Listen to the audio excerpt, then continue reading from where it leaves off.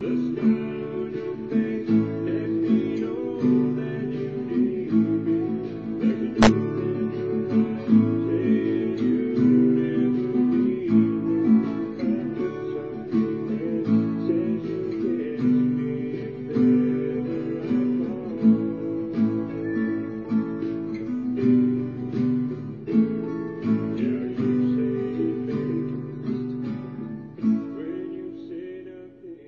guys, I'm Michael Cheek with Mike'sGuitarLessons.com, and we're going to learn When You Say Nothing at All today by Keith Whitley. Now, Alison Krauss has most famously redone this song, and some other people too, but the good thing is they did it in the same key. The bad news is the key that they did it in is kind of hard to play on guitar if you don't retune your guitar. So the way I'm going to actually show you how to play this is actually let's see, a half step down, which would bring the chord progression to a D, A, G, A chord progression for the verse and for the intro. So just for reference, when the song is playing, if you're playing those chords and they sound a little high, that's because they tune down for the song.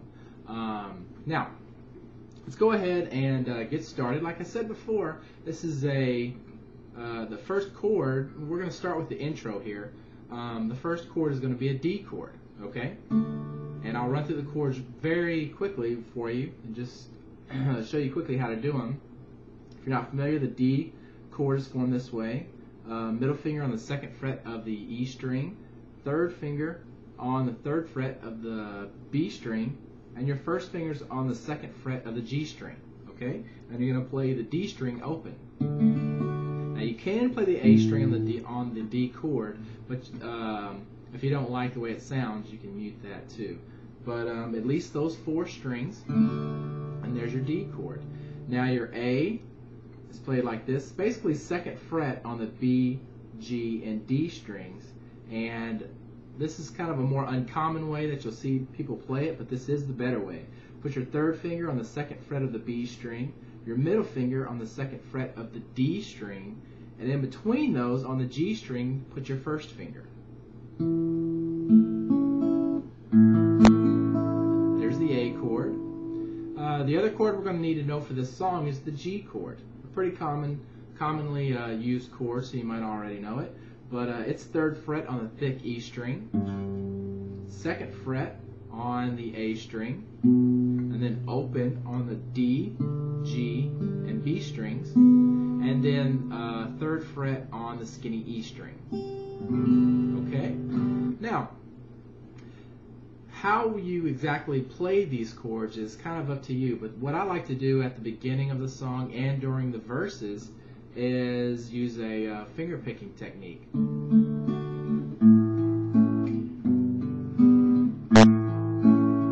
Like that.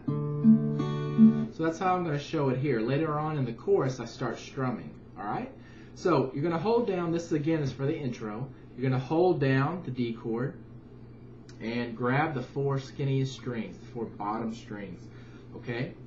The first note is going to be your thumb on the D string, and then your first finger is going to pluck the G string. Okay, next your third and middle finger are going to pluck the B and the E string. Okay, so, and then your first finger is going to pluck the G string again.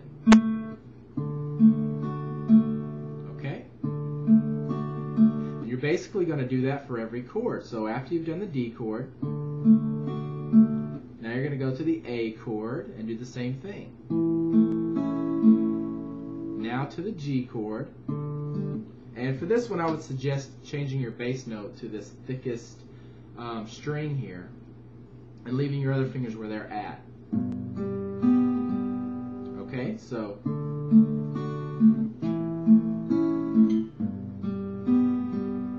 and then back to the A chord. Okay, so you can change your bass notes depending on what you like it to sound like. In general, you want that, if you're playing a G chord, you want to play a G note. If you're playing an A chord, you want to play that open A string. And for the D chord, you're going to play an open D string. Okay, now that's the intro. Basically, 2 times you're going to play that chord progression. D, A, G, A, and then play it again.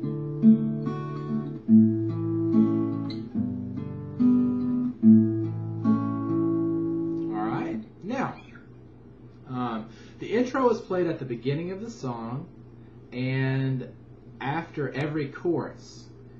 You throw it in there, okay? So that's why I'm labeling that the intro. It's its own thing, and it's not like the verse, because the verse has some chords added to the end of it that makes it change it up from being the intro. So, anyways, watch the next video if you want to check out how to play the verse and the chorus, and I'll take care of the whole song.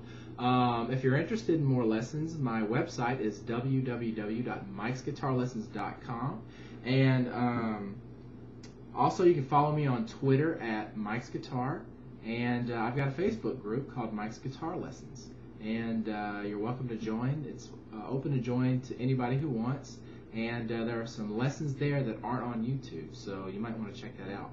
Anyways, thanks for watching.